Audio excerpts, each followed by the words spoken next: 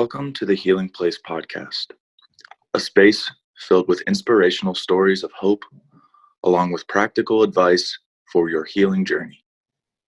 Your host is Teri Wellbrock, trauma warrior, writer, speaker, blogger, therapy dog handler, and founder of the Sammy's Bundles of Hope project. As a survivor and a thriver, Teri's mission is to shine the light of hope into the world by interviewing insightful guests from across the globe.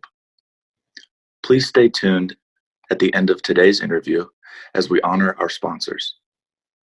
The Healing Place podcast is a fiscally sponsored project of Fractured Atlas. Now, here's your host and trauma warrior, Teri Wellbrock. Welcome, everybody, to the Healing Place podcast. I am your host, Teri Wellbrock, and excited to have with me today Dr. Andrew Hahn. And he is a licensed clinical psychologist and founder of Life-Centered Therapy. So welcome. Thanks, Teri. It's a total joy having just had a chance to talk to you even for a few seconds and reading your website. I think you're a gift. So thank you. Well, you certainly have been a gift in my life just for the past 10 minutes that we've connected and gotten to know one another. And thank you for helping me through a moment. So talk to us about life-centered therapy and what it is you do. There's a couple ways to talk about it. First, I could start by talking about life, or second, I could talk about healing trauma. And I'll try to do both. But let me start with why people go to healing, because I think that would be very useful for people, maybe as a starting place. And then we'll talk about, if you like, why we call it life-centered therapy, because it's a life-centered therapy. So I think people go for healing for only one reason. I don't care what you call it. You could call it chronic back pain that no one knows why it's there, or autoimmune disease, or depression, or anxiety, or bad relational patterns, or alienation. And I'd say it's only one thing. It's an invitation to remember something that couldn't be handled or something that couldn't be taken in stride. So when you can take everything in stride and you know everything is just something that's happening to you, but it isn't who you are, you're free. So I think the reason people come to therapy is there's something that they couldn't handle and integrate, or couldn't be handled and integrated. That's it. So I think suffering and trauma are the same thing. And trauma, I don't define the way that most people define it. I just define it as anything that can't be handled and integrated. And, most people think of it as something horrific, but sometimes something happens that's so good you can't handle it. And then it turns not to pulling away from something, but craving. And so and I would say, if you have the most horrific, ritual abuse, or, one day your parent looked at you funny and it was so unusual, if you couldn't handle it, it's just a quantitative difference, okay? So that's what I think people come to therapy for. That's why I think people come. And I think they're coming to remember who they are, and they've split off a part of themselves. And they then relive it. So what's therapy? Therapy is simply mastering what couldn't be handled and integrated. And when you've mastered it, it just means that it no longer runs your life. And now I'm going to tell you how you do it, which is very simple to tell, which I just showed you. Whenever there is something that can't be handled, in that moment, a sensation is born. So when we were talking before, you said heavy heart, right? So I would say it wasn't Teri that was anxious, it was heavy heart. Heavy heart's its name. It's not my heavy heart, it's heavy heart, just like you're not heavy heart's my Teri. It's an independent being with a life of its own. And just like you, it was born in a moment. And just like you, it's been living, and it's here right now. And so if you choose to become heavy heart, while you simultaneously choose to be the one who's choosing to become heavy heart and witnessing and holding it, you no longer identify with it. You identify with the one who's holding heavy heart, and you face the thing you couldn't handle because you've chosen to be heavy heart. And if you want to know in 1 minute what healing is, that's it. So what I would say to you is, every time you have a discomfort, In my way of thinking about things, it's a story that couldn't be handled. Now, of course, if you're shot, then your body can't handle it, but you'll still be, unless you can handle it, at which point all you'll have is the pain of the shot, but there'll be nothing else, right? So I would say, if I was going to tell your audience one thing, whenever you have a sensation, instead of saying, I hate you and I want to get rid of you and I'm going to take a pill, say, okay, you're a gift. I don't understand it yet. And right now I don't like you very much, but you're a gift. And what I'm going to choose to do is become you. Just by focusing my attention on you so much, it's like I'm choosing to become you, whether it's heavy heart or pain in little toe or tight chest or nausea, whatever it is, you're going to choose to become it. And whenever there's something that you're suffering about, and suffering means you're reactive. It means you're judgmental. It means you're comparing yourself with other people. It means you compulsively need to understand, like, why did you do this to me? Right? We just talked about that one, right? So you can't just be here. So whenever you're reactive, I will guarantee you, if you spend a moment and you scan your body, you'll notice a sensation. And it isn't you that's reactive. It's the sensation, because nothing is happening to Teri right now. And all you're going to do is then say, okay, I'm going to choose to become you. And when I choose to become you, you'll share your story. And you'll even tell me what you need. If just sharing your story while I'm here with you, like holding you and hosting you or witnessing you, isn't enough. And in a nutshell, that's all we need to do to heal. Okay? Wow. So that's the deal. And anybody can do it. And if you want to do your own healing and you do nothing else, every time you had a sensation, if you focused on the sensation, I guarantee something will transform. And every time you're reactive in any way, if you scanned your body, brought your attention there and say, what have you come to share with me? I guarantee you something really good will happen. Much better than talking about it. Yes. Because you'll be in the immediacy of what the one who really is in it, and you'll be in a relationship with them, so you won't identify with them anymore. Now I'll tell you what happens when you don't do that. Can I ask a question quickly? Sure. Yeah, ask anything you like. Does this have to be done in the moment, or is it something that, and I ask this because I live on an island. Mm-hmm. The only phobias, panic-inducing triggers that I wasn't able to get over was driving on highways and driving over bridges. Well, I live on an island, so I get driving over bridges. I have panic attacks. So obviously I can't go in the middle of driving over a bridge. I'll wreck the car. I'll drive off the bridge. Is it something that someone can think about and not necessarily be in the moment to work up through that? Of course, that's why you go to therapy, so to speak. I mean, nothing's happening in the moment, right? But all I have to do, let's say you came in and you said, you know what? I have panic attacks when I go over highways. Okay? Let's suppose.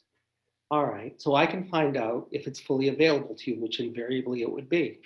And then all I would do is say, Teri, all you need to do right now is notice what happens in your body right now while you're fully experiencing and imagining driving over that bridge. And believe me, you'll be able to do it because it's here right now. It reveals itself to you when you drive over the bridge, but it doesn't go away when you're not driving over the bridge. You're not just paying attention. It's always here, okay? Now, you've already given us a clue to what's going on, right? Because everything you say is part of the process and everything is literal. So my intuitive hit would be, but you'd find out for yourself, because all I would have to do if you want to find out, right? Well, you have 2 stories about it, I think, if that's okay. If you want to find out what it is, all you would have to do is say, all right, right now, what I'm going to do is let myself experience and imagine what it's like when I'm driving over that bridge. And you already have a clue, which is, because everything you say is literal, right? So you already know that it's likely going to be a story where you drove off a bridge or fell off a bridge or jumped off a cliff or something. And it's really most likely to be something where you drove off it, right? And then we only need to know one thing. So like you might be able to get there directly, right? All you'd have to then know is if it's a story about going off a bridge, you probably died, but I could find that out for you. And if you died going over that bridge, you're going to reenact it over and over and over again. You're going to subconsciously, without awareness, bring it back to you. That's called the law of attraction. We attract to ourselves what we need in order to heal and evolve, even if it isn't exactly what we might call ego enhancing, right? So I would say life is inviting you to be with whoever it is that's driving over that bridge. And all you would have to do is say, okay, when I'm driving over the bridge, what happens? And you might be able to do that directly, but you might not be able to do it directly because it may never have occurred to you that it happened in what we might call a past life, whether it's karmic, which means you were reincarnated from somebody, if you believe that. If you don't believe that, I would just say it's like your personal myth, or it's like play therapy or an undreamed dream. But you could work in this lifetime for a long time on driving off that bridge, and I'll tell you, you wouldn't find anything but echoes. You're not finding them where it originated, because it's going to originate in a past life, and then I can find out for you whether it's genealogical, or which would mean it was one of your ancestors, like, Right. you know, drove off a bridge or something. I've heard that before. And, you know, I started thinking about it and my palms got sweaty and my thighs started tingling, which is normally the reactions as my anxiety starts to heighten. Well, So you yeah. have to right now, if you wanted to spend our time this way, you could just do this and you'd get a good result. All you would do is choose to bring all your attention to sweaty palms and tingling thighs, if you want to. Right. And you would just say, what have you come to share with me? What's Okay. happening to you? Where are you beginning? Go for it. So I ask out loud? No, you just bring your attention there. And Okay. anything that comes to you, you might start feeling like you are the person or the being. It might not even be a person, or an image might come to you like a movie, or you might just get a felt sense. So we'll just say, what have you come to share with us about this driving off a bridge? And just tell me whatever comes. Just talk with Yeah. us. It's like an older bridge in an older car with a big steering wheel. Yep. Yeah, that's right. Yeah. Almost like the And 20s. I don't know why I say the 20s. not because it's right. Go ahead. Keep your eyes closed. Okay, Um, the older bridge, older car, and it's like I'm in the 1920s, and what's next? yeah. And then I had an experience of darkness, like very pitch blackness. That's right. That's right. But my hands aren't sweaty anymore. That's right. And the tingling has moved down my legs. That's right. Now stay with it. And now into my feet. That's right. And then almost like a calm. That's right. Stay with it. There's like a calm now. And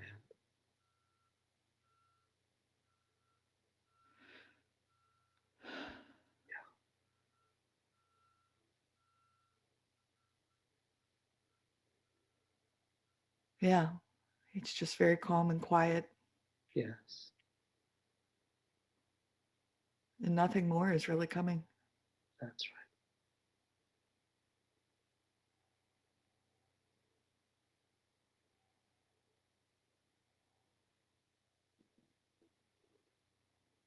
Interesting that I feel pulled to the right, yet I want to avoid going to the right. That's right. That's exactly. Almost like I want to veer right, but I don't. I wonder if something came at me. Stay with that. And I had to veer right in order to not get hit head on. That's but right. veering right led to my death. That's right. Stay with that. Wow. Fascinating. Yeah. Yeah, I had to choose between death and death. That's right. You had to choose between death and death. That's right. Oh my gosh, and this is bringing me back to current life where I had to choose between death and death in the bank robberies. That's right. That's like reliving. Exactly. That's like reliving. There was a man to my right with a gun pointed at me, and I had to choose to run to the left where the gun was firing. I had guns on both sides of me. Yeah. Oh my gosh, it's like a repetition of trauma. That's right. It's like a repetition of trauma. Nothing new happened there. You were just trying to remember this story about what happened at that bridge. Wow. That was your part of what you think was fate. Yeah. It really was on one level destiny, but on a personal level, it was a nightmare. Yeah. Shoot, my hands are tingly and my feet are tingly. Yeah.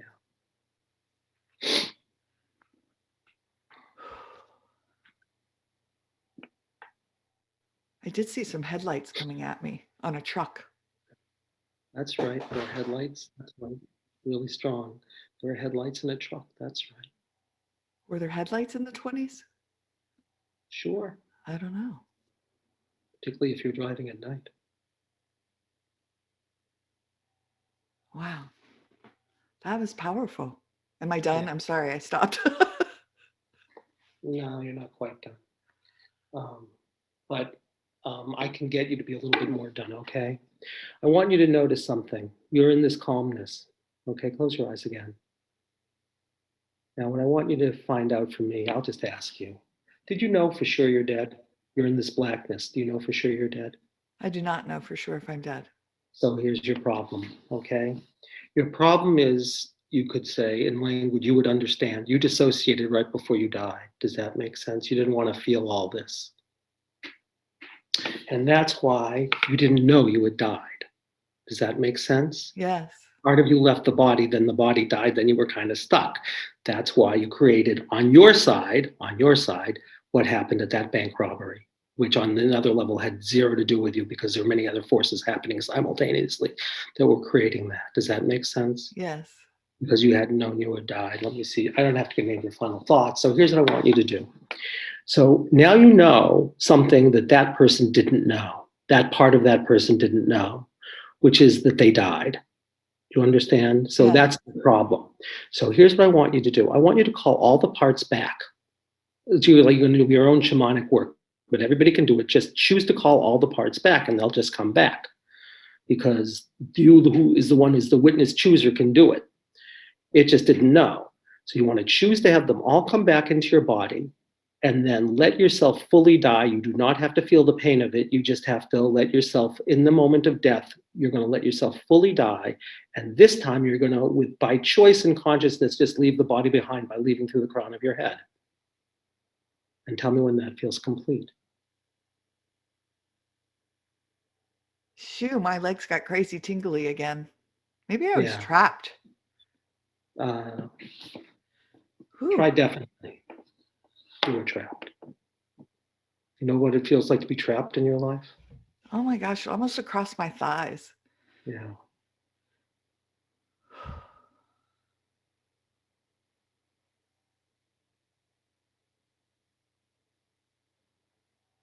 Yeah, for whatever reason, that person is not wanting to let go. Or maybe I'm not wanting to let go of her. Well, that could be. Well, fine. Well, let's just say they don't know they're going to a better place. We're going to tell them because for our purposes, we can say there's no unfinished business and we don't have to know. We could spend more time with this, but we don't have to know any more of their story or their final thoughts or choices as they are dying like that, okay? But they just don't know. I mean, of course, they died, so they're thinking about a lot of things as they're dying, which if you want to find out won't be very hard. And would inform you some about some of the things that have happened in your lifetime, actually. So go ahead. Yeah. I can feel, but still a sense of holding on. Yeah. Interesting. Yeah. All right. Now here's what we're going to do. All right. Close your eyes again.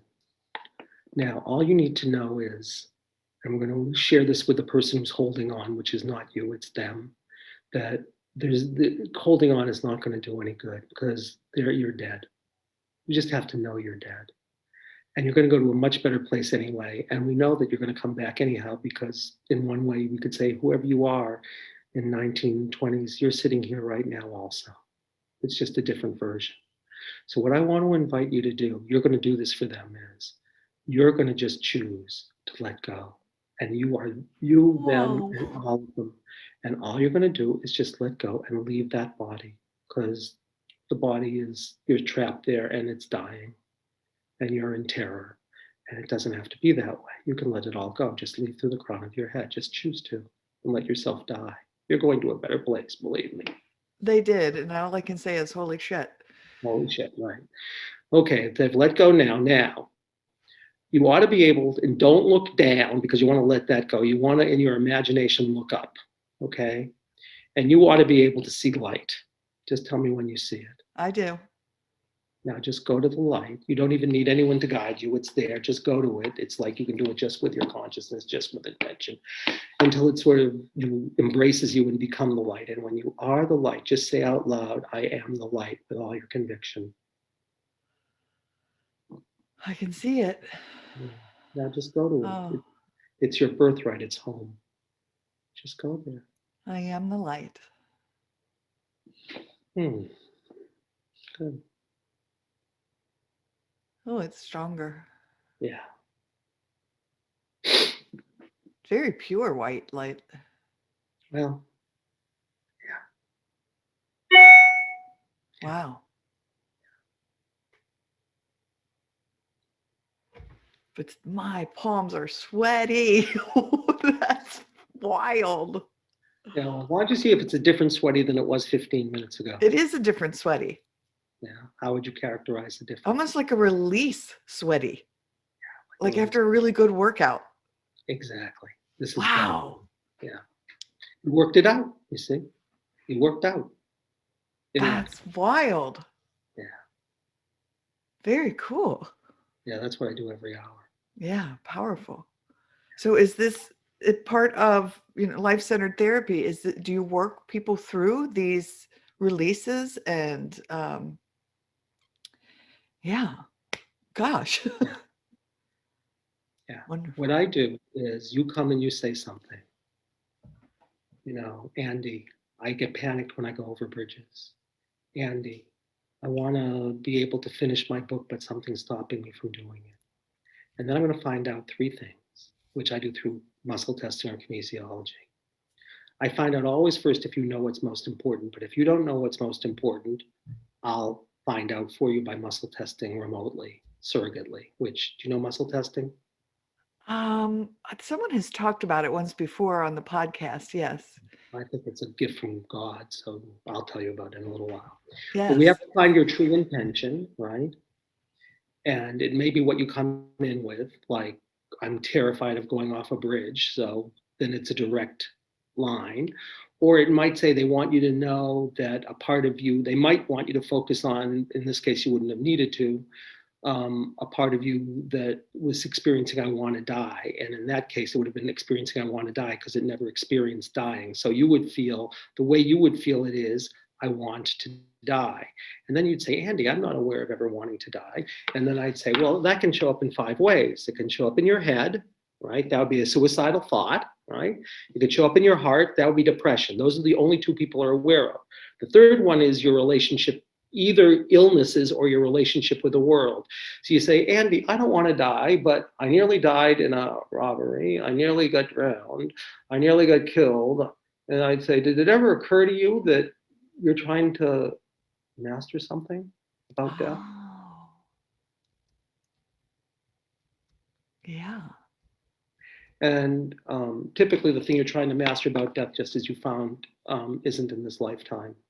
But sometimes it is. But then something so bad was happening that you would literally want to die, or under certain circumstances with certain parents, you might believe that in order to get their love, I have to be dead. I can find all that out in a couple of seconds. But, a lot of people start off with parts that want to die, because the part that wants to die certainly doesn't want, it wants to die. It doesn't want to live. It wants to die. And so it will affect you, and you'll keep living it out and coming close to having accidents and having having to veer off one direction because you're going to die if you go in the other, but you're going to go and die. And then you'll say, this makes no sense. But of course, if you open to a bigger meaning, if you open to life, and life's trying to reveal it to you, what you need to heal and evolve, and what life needs to have happen so that it can heal and evolve, you'll find it. So you could say every one of those dense energies is just stuck life. And you to life are kind of like stuck life. And the second you can say yes to everything, life has held you, but you're also helping life, because life can't do one thing. It can't have relationships, because if you're everything, you can be infinite, but you're still kind of limited. So if you want more love, you have to go and say, well, you need two or more. So we have to create something that feels like it's separate. And then if it can remember who it truly is. Yeah, I love what you just said about saying yes to everything. I'm a huge Wayne Dyer fan, Dr. Wayne Dyer fan. And I remember reading something, and it may have been in like Change Your Thoughts, Change Your Life, but it was something along the lines of say yes to the universe, say yes to God, say yes to whatever is coming towards you, because yeah, there's a lesson to be learned. There's it's coming to you for a reason. And so I've really tried. I mean, every now and then I'm like, no, but I really have tried, and it's made a difference in my life by saying yes more. Well, we have an exemplar, if you're Christian. I mean, like right before he is crucified, Jesus as an exemplar is screaming, why have you forsaken me, right? He's not saying yes to life, right? He's still as an exemplar in a trauma structure. And then something shifts and he gains awareness and he suddenly says, it's the point, it's not the problem. Life right now needs a sacrifice. And it needs life. There's so much bigger forces than me as the individual Jesus. So it's exactly what I'm supposed to be attracting. And the only difference then between Christ and everybody else is he says, forgive them because they're blind. The only difference between me and them right now is I see what they don't see. And all I want to invite people into is being to say, I can just take anything in stride, whatever comes. And if you don't get in the way, then life evolves and it evolves. And then you feel really alive, even if you think you might die that day. Yeah. Beautiful. Yeah, it's beautiful. It's hard. It is hard. Yes. Yeah. But it is beautiful. I told you right before we hit record, I had gotten some news. And so I had texted my two older sons and said, hey, I'd like to talk to you, sometime in the next few hours, if you both have a second. I got some news today that was disheartening, and I just want to talk to you in person about it. But your mom, I'll cry about it for a few minutes, and then I'm going to say, all right, this is what's happening. I accept it. And how do I move forward, and where do I go with it? So, yeah, I say yes to it. Well, the way really to say yes to it, from my point of view, is to first experience it in the body. Because otherwise, you're saying yes to it. Ultimately, is a little bit more of mind, just as opposed to mind body. So whenever there's something that you get that bit of news and you say, oh my God, I'm reactive, the first thing I'd invite you to do, if you really want to say, I can be with this, right? Saying yes to it just means I won't be reactive. I may not like it, but I won't judge it, right? Or I won't compare myself to everybody else and say, why is this happening to me but not to them? Or do you have to do this to me again? Haven't I suffered enough? Right. Or why did you do this to me? I need to understand. I said that there are three ways that we get reactive. We become judgmental, we become comparative, or we compulsively need to understand. It's called the belly, the heart, and the head. And each of them can get stuck. So we believe something that isn't true. We won't let ourselves feel what's really there. And we lose mastery over what is, what comes in and what goes out. And when you feel it in the body, you get everything. And otherwise, even if you say yes to it, you don't fully say yes to it. Right. So if I wanted to tell people one thing, unless it's something that's happening right now, which in your case, I don't think it is. Just like, when you're the bank robbery, people could work with you on that bank robbery for a long, long time and you'd get a result, but it wouldn't be the best result because it was just an echo of something else that was worse. And we know it was worse because you didn't die in the bank robbery this time. But when you were going over that bridge, you died. Yeah. And what you'll invariably find is, I found the most amazing things. I had a woman who had the worst case. I mean, she had ritual abuse, like you read about, like, when she was, toddler, she was forced to watch people have their limbs ripped off. It was all Oh, documented. And no. she watched people get killed, and she was Yeah. forced to do terrible things. And she'd been in therapy for 15 years.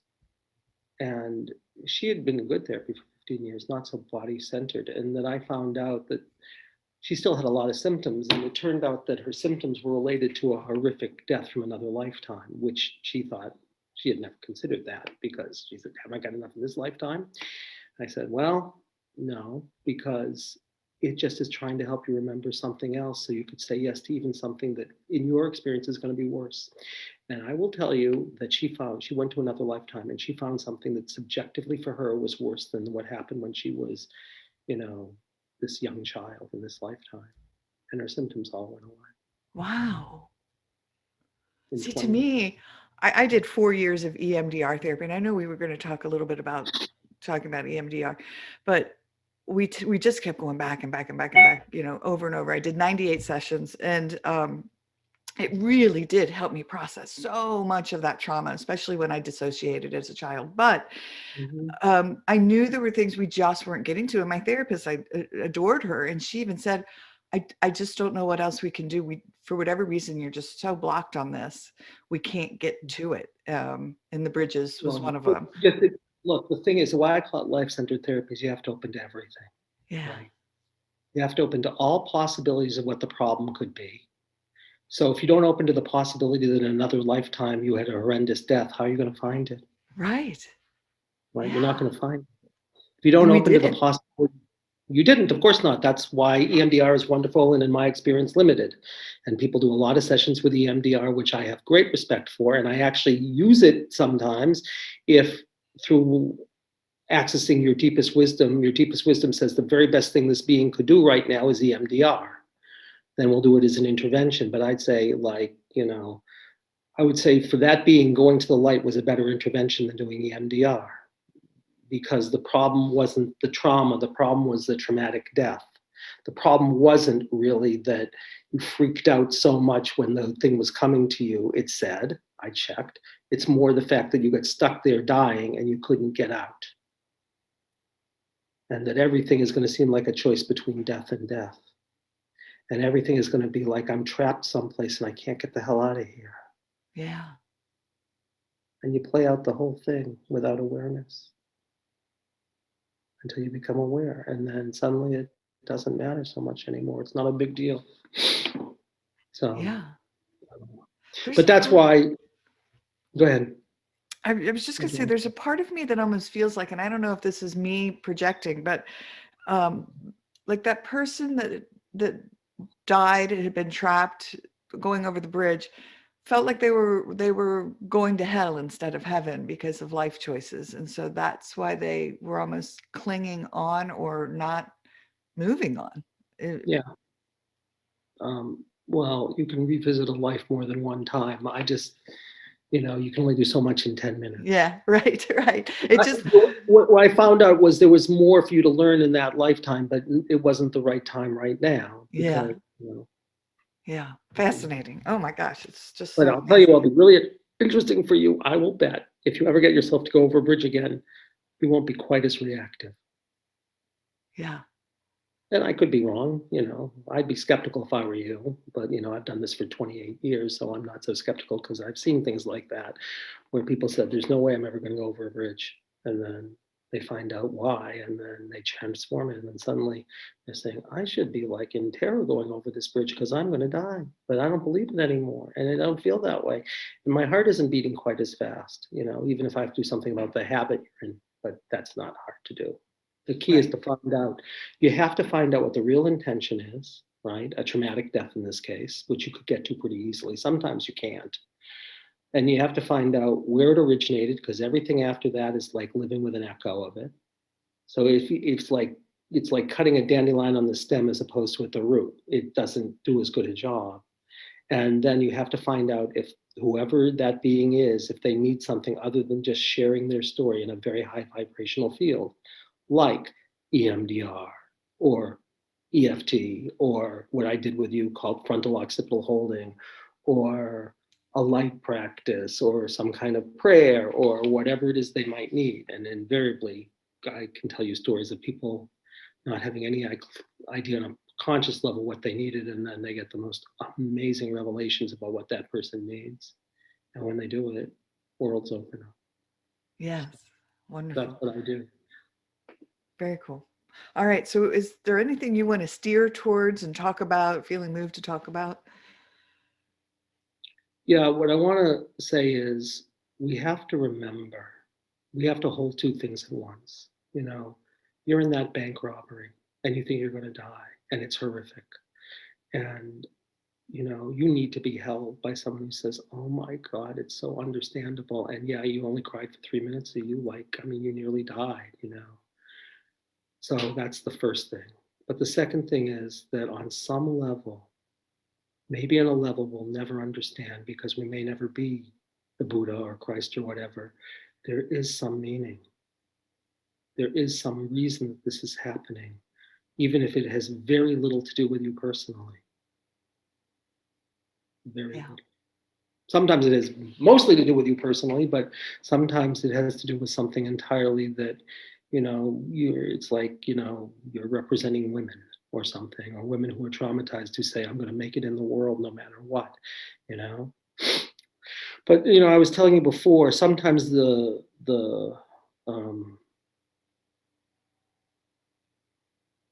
problem isn't direct. I'll tell you what I mean. Let's give you a different example. I like this example. I've used it before, but it's, you know, I remember sessions like dreams. You know, I've done like thousands and thousands, and I remember like, you know, 15 of them.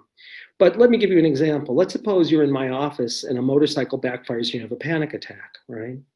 Let's suppose, kind of like you just did now, sort of like when we talked about the bridge.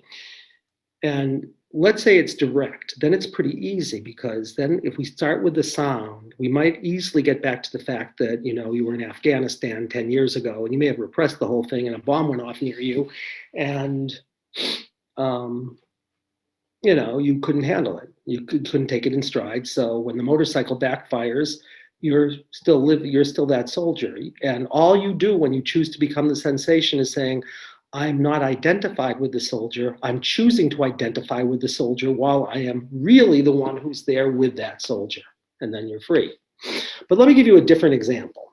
Same symptom, right? You're in my office, motorcycle backfires, you have a panic attack, okay? But this time, I'm going to tell you a different story. So 40 years ago, or maybe in World War I, since we have you in the 1920s, we'll put you in the 1919s. And let's suppose you're not a soldier, but you're the leader of soldiers, right? And let's suppose you're not paying enough attention and you walk them into an ambush and the bombs start going off and you watch them die and shrapnel hits your foot and a lot of other things, okay? And you come in and think you're wanting to come to me for your reactions to loud sounds. But that would no longer be the problem. That would be the symptom of something that's a deeper problem called I betrayed a trust, right? Betrayal, right? And if you found the sensation associated with betrayal, it wouldn't be exactly the same sensation that you found by your reactivity to the loud sounds. And if you found the betrayal and you say, oh my God, I know what's happening. I'm a soldier, I can see myself, it's the 1910s this time, and I'm a soldier and I'm not paying enough attention, and I walk them into an ambush, right? And they're all dying. And there's nothing I can do about it. Right. Okay. Then you'd come to me, and you'd think you're coming to me for the sounds, but you might be coming to me for this betrayal, right? And then what I'd find out, when you transform that betrayal, and this was the only reason for this, your reactivity, which it typically is not, because usually it's like an archaeological thing, but let's suppose it was. And let's say you didn't mention to me your OCD, right? Because you wanted to come for your panic attacks, but you didn't mention OCD, and you have this belief, you know, if I don't pay enough attention, I do something wrong, something terrible is going to happen, right? And let's suppose that every time you have the opportunity to put yourself into a position of leadership, you shoot yourself in the foot, so to speak.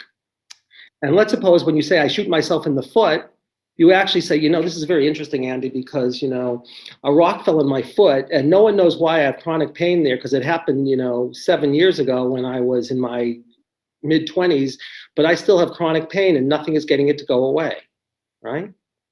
And you might say, the other thing that's really weird is, when I walk into the forest in certain places, I get really anxious. Now, let's suppose in this story, right, you weren't paying enough attention and the men all die, okay? And we transform that. Suddenly, if that was the only reason those things were there, your panic attacks would go away. And when you heard the loud sound, you'd say, oh, this is reminding me of what happened in World War I, but I'm not that anymore. Your OCD would just go away because it was trying to help you remember that you weren't paying enough attention. Your over responsibility, but simultaneous being a little bit careless would go away because you wouldn't be like saying, oh my God, I have to be so responsible for everybody because I'm responsible for their death, but I'm still a little bit careless. That would all go away. Your inability to be a leader might go away. Your shooting yourself in the foot and your chronic foot pain that no one knows why it's there probably would all go away because I'd find out it was energetic and you think it's because a rock fell on your foot, but that wasn't it. It was just an unconscious reliving of something in order to remember something so you could deal with the fact that you betrayed that trust. And if then you could go to those men and you go to them and say, I am so sorry. And they say, we had to learn that we could take care of ourselves and we were too dependent on you and we weren't paying enough attention ourselves. So we could have not just gone along like lemmings. So we had to all learn that lesson. And then you go, oh God, I feel free. Yes. And you get all of that in 20 minutes, potentially. I've seen stuff like that happen. Now, I've also seen it happen that I had a woman, all she wanted to do was get her blood drawn, and that took more than a year because there were so many levels that were all in that one symptom, right? It starts off with a blood draw. Well, you could theoretically tap that out or do EMDR, but not if it's going to take you to something you might not anticipate, which would be, well, what is having someone who's an older man stick a needle in your arm and blood comes out, right? Well, she found the most horrendous case of blocked sexual abuse, a blocked memory to it. She had no idea about it, but she always wondered, she wanted to get the blood draw. She wouldn't let anyone touch her. It just occurred to her. She said, I'm just that kind of person, right? But the interesting thing about her was that she had been a very high-level businesswoman, and she went off to get a degree. Why she had this blood draw was she went off to get a degree, master's in divinity, because she wanted to help people in their worst situations. Well, she wanted to help people in their worst situations because in another lifetime she had betrayed a trust in a pretty horrific way. And she said, I have to know what those people were suffering like. And then she was such a perfectionist, right, that she always, everything had to be just so. Now that was part of her personality, but it was also part of the fact that she felt like it was her fault around what happened when she was a 4-year-old, which she didn't remember. So she said, if I'm, everything is just so, and I'll never create that again, because she blamed herself for it for reasons that became clear. Then we had to work on that. So that one little blood draw took us everywhere, so, but every session's a miracle. And the reason it's a miracle is you get more free. Yeah. And I don't promise symptom relief. I say to people, look, if you get done, one of two things will happen. Either your symptoms will go away because they're not necessary anymore, or your relationship to them will change so much that instead of saying, why hast thou forsaken me? You'll say, not a big deal. This is what life required. And I can go and I can feel alive, even if I'm not feeling good about the situation, because you don't have to feel good about it. You're human. All you have to do is say, I can, accept it, and including the changes that will happen if I don't kick and scream, but I smile with life. So, so that's, I guess, what I want people to know. And then what I'd say is there are a lot of things you can use, including EMDR, if you know it, or EFT, or what's called frontal occipital holding, which is what I had you do, which is a lovely thing. They each do slightly different things. But what I do is I ask your deepest wisdom what's needed most. And the way I do that is called muscle testing.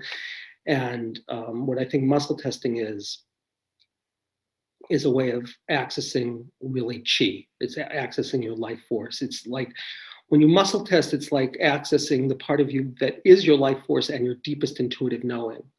So, and that's way deeper than your conscious mind, because if I said to you, Teri, how much is 2 + 2? You say, I can figure that out. It's 4. I say, Teri, how come you have panic attacks when you go over a bridge? You'd say, if I knew the answer to that, I wouldn't be coming to see you.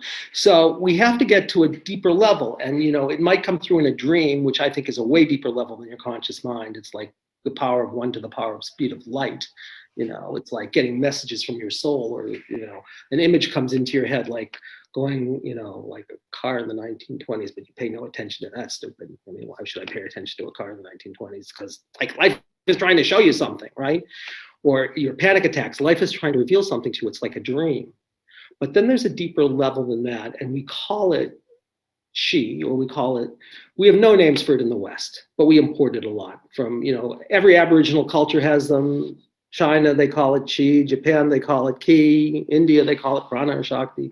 Everyone knows the word for it except for, the West, the Renaissanceian West that thinks everything is mental and material, but we're learning. But that's what I think we access. And it's your life force, it's your deepest knowing. It also makes you stronger, right? So it's when you just know something is true, you say, I know I have to quit my job and do this full time. And I say, you're crazy. You're like, yeah, that makes no sense. And you say, I know it makes no rational sense, but it makes a deeper sense to me. Or the way it also shows up is, let's suppose, God forbid, you're a younger mother and a car rolls over your toddler and you have to pick up a 2,000-pound car. And you just pick up that car enough that that kid can get out. Now, if you were using your willpower or adrenaline or anything and saying, I can do this, you would have one result, which is you would hurt your back. But you won't hurt your back when you're aligned with life. And you'll pick up a 2,000-pound car enough to get that kid out. So when you're aligned with life, right, what you say and what you do is aligned, you get stronger. And when you aren't, you get weaker. And all I do is I just have you put out your arm if you can sit with me, and I press on it. And if the answer for something is true for you, I could sit on your arm and it would fatigue, but it wouldn't go anywhere. And if the answer isn't true for you, you could use all your willpower and I could press lightly with one finger. You wouldn't be able to keep your arm up. And then you and I become a team and we work on whatever we're told. And that is to find out what your true intention is, where it originated, and if does that being need something other than just sharing their story, like EMDR or EFT or FOH or TAPAS acupressure technique or psychodrama or anything you can think of, or craniosacral work, whatever it is. And you can ask what's the best one for the person, and sometimes the person knows. And that's why I use the muscle testing. And then now I have to do it remotely, which I could explain to you. But, I can, then someone says, well, how can you muscle test me simultaneously if I'm in Hilton Head and you're there? Right. And how can you do a surrogate for me? And I say, that's simple to explain. But then you have to open to an even deeper level of wisdom, which is sort of the wisdom of cells and holograms. Because it's very interesting, right? We have 3 trillion cells, human cells. We have a lot more than that. We have 3 trillion human cells. And on the surface, they're each different, right? Like snowflakes. But underneath it, the blueprint, the template has to be the same. How do we know? Because you could take one cell and, you're a sheep, you take one of a sheep cell and you create a whole other sheep called Dolly, right? From one cell, which means all of the information that has ever happened, is happening, and potentially could happen is available to you if you open to the mystical concept that who you are is a cell in the beingness or the body of life. And then everything is happening simultaneously. All the information is there of whatever happened everywhere. Whatever's happening right now, and even what could happen. And so if you can touch in the template, then of course I can bring my attention intentionally from being this cell over here to this cell over here, where this cell's saying, you kidding me? That's a million billion light years away, and we didn't even know we thought there was just empty space until we got this heavy duty telescope, right? But we would know on a whole other level that what happens here is simultaneously happening here. And that leads to a very interesting conclusion, which is there is no such thing as regression. We were not regressing you when you found that woman, right? Right. She's here right now. So a lot of therapists believe that what we're doing is regressing you. So let's say we take you into really horrific trauma, which you had in your childhood. They'd say we have to do that very carefully because you're going to get re-traumatized. And I will tell you, that's just not my experience, because we're not regressing you.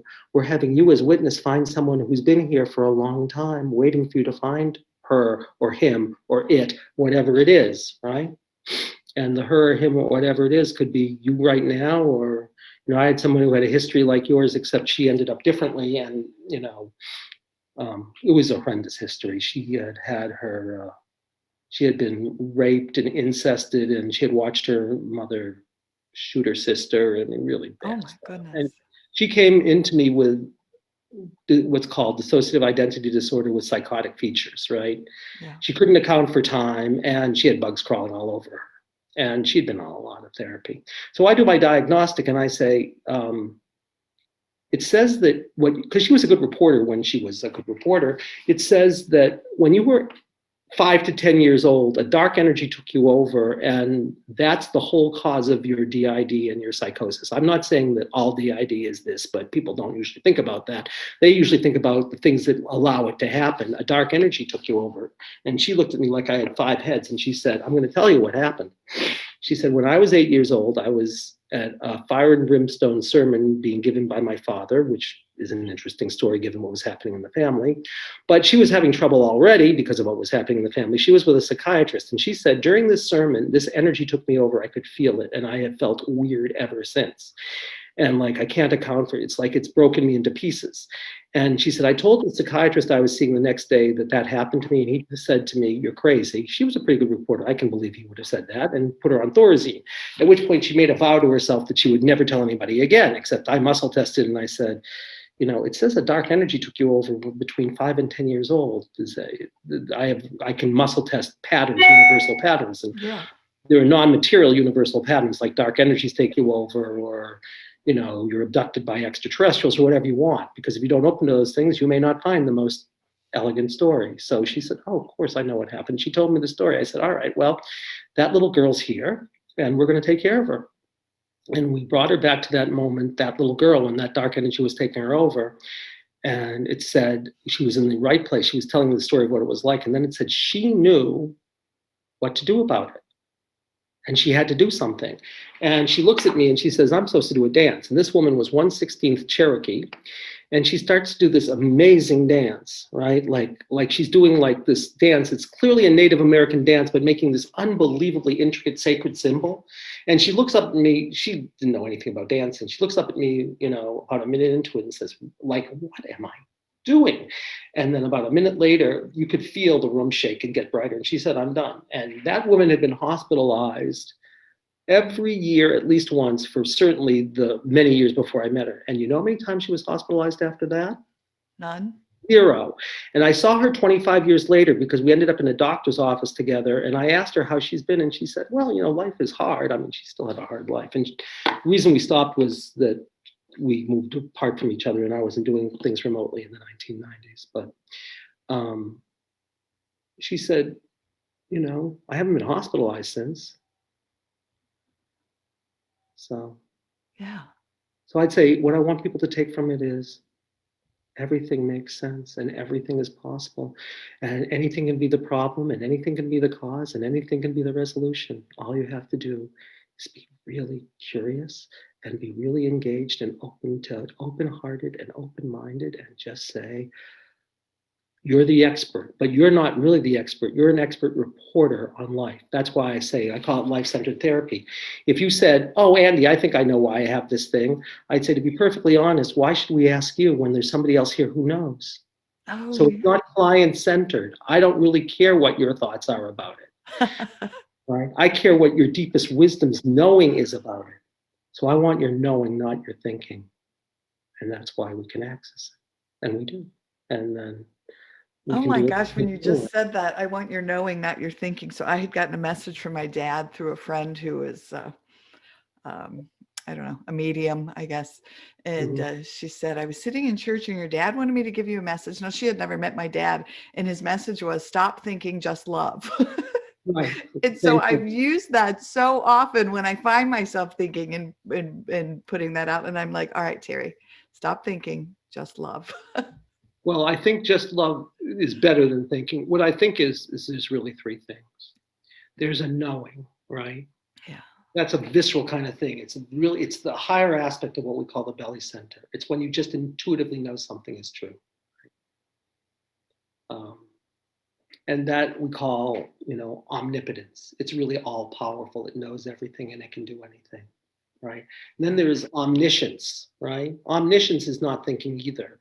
It's saying, I can open to every possibility. I'm open-minded to everything, which is a very high practice. But then, we have those two words, omniscience and omnipotence, right? Both of which are better than thinking, which is like the lower aspect of the head center. I got to figure this thing out, right? That's not saying I'm open to everything with my wisdom and my open-mindedness. But then there's all loving. And it's very interesting. We create words for all loving, right? But there isn't a word really that's the equivalent of omnipotence and omniscience for all loving. There are words, but nobody knows them.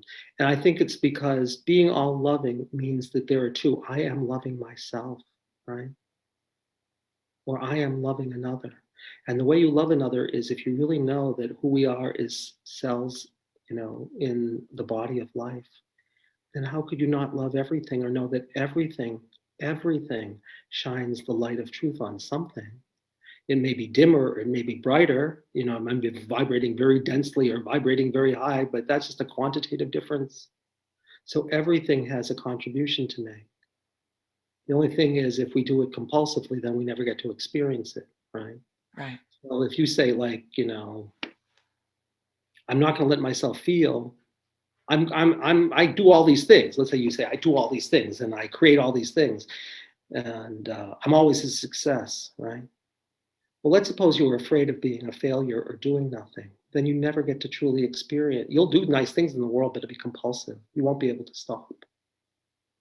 You won't be able to slow down, because then you'd be afraid of this fear you have about yourself that you do nothing or you create nothing or you're a failure. So you never fully get to experience your success because you're using it as a way not to experience something else. And I think we call that your personality. So I think everybody's personality is just a compulsion to protect them from feeling a fear. But the fear is just the wrong name for the divine. It's just emptiness, but we call the emptiness by the wrong name because we think it's going to swallow us up. So we spend our whole life trying to get away from who we truly are, which is really quite something. Yeah. Oh my gosh. Well, I could sit here and talk to you for another, 4 hours. Wow. But I could talk to you for another 4 hours too. Yeah. So how do people connect with you? How do they find you? Well, they find me in a couple of ways. Okay. Our website is lifecenteredtherapy.com. That's where they can find us generically. We do training, and I think you have this from our people, but if they want to learn about our training, we have a free video, and then they can come, which I don't think anybody else does. We give you a week to do the online training, and we don't make you pay anything. And then if you want to pay, you pay. So you can have, and you'll learn everything I've told you today within, to some degree, the first week of our training. So it's pretty valuable, and it costs you nothing. And then if you like it, then it costs you something. And then you get all of our training, plus you get mentoring calls, and we do an awful lot of mentoring. We do a couple of calls a week, and you get it for like 6 months. So, and that would cost you an awful lot of money if you weren't doing it through the training. If someone wanted to be mentored by me and they called me up, it costs a lot, but this costs relatively little. And that is, if you want to train with us, you go to, and I'd have to write this down for you, it's go.readyforamiracle.net, go.readyforamiracle.net /free training. So go.readyforamiracle.net /free training. Awesome. Why do we make that? I don't know, it was a moment of insanity or something. And you can also schedule appointments there too, or if you want to schedule, we have all of our certified practitioners. If you go to our website, which is Life Centered Therapy, and you go to the section called About LCT, and then in the pull down menu, it has all of our certified practitioners, and most of them, but not all of them, work remotely. And it will tell you, and it will tell you all about them, and it will tell you how to find them. And finding me is easy. You can find that. Any of the people who are sort of central in our institute, you can find just by going to the website. And, you can ask us questions or anything. And wonderful. Well, yes. I'll include all of those. I'll include those links in the show The other notes. thing that's there is you'll start seeing, I've done a lot of remote sessions with people that have been on YouTube or on people's podcasts or whatever. So you can find, you can watch a lot of examples of what I do. We just give commentaries on them if you do the training. So I not only do you see them, but you get to hear what the heck's going on as you follow a protocol. And I'll tell you the beauty about the thing. I'll just tell you this, because anyone can do our training, right? Like I once had a 17-year-old girl who was a high school student, and her mother was my organizer, and she said, you know, my daughter's kind of interested. Can she come? I said, anyone can come to our first weekend. We're doing them live then in Sacramento. So we start having people practice quickly, like on the second day. And the 17-year-old girl is matched through the muscle testing with a senior healer who was a very experienced senior healer, right? And she looked at me like, you're going to put me with her? And I said, because the muscle testing said it. She came back an hour and a half later and said, this was the most powerful healing I ever had, because it had never occurred to me that there was something non-material from another lifetime. And I can see that this has changed everything. Now, that girl had studied this for one day. You know what she said? She said, look, I could sit here and be with her, and I could read a protocol and not judge her, because all she had to do was read the protocol. Every question that you need is in that protocol. And we, of course, give you the protocol if you're, you know, to our training. But I've been doing this for, 27 years. I still learn things every moment. And the beauty of this thing is the technology is so good. I mean, think about this, right? We have a lot of people who've never done anything in psychology, and they start working with their friends or whatever, and their friends say, you're better than any therapist I've ever run into. And the reason for that is just the simple technology I told you. Even if you don't know anything else, if you don't talk about something, which is kind of like trickle-down economics, but you choose to experience the body and become it while being with it, I guarantee you will do better than with virtually any therapist you'll find who talks about things, even if they're spectacular, because the technology is just so much better. And if you then know, you can do a diagnosis and find out what the real issue is and where it starts and what they need, and not be wed to one thing. I mean, if you're an EMDR therapist, you're going to just use EMDR, right?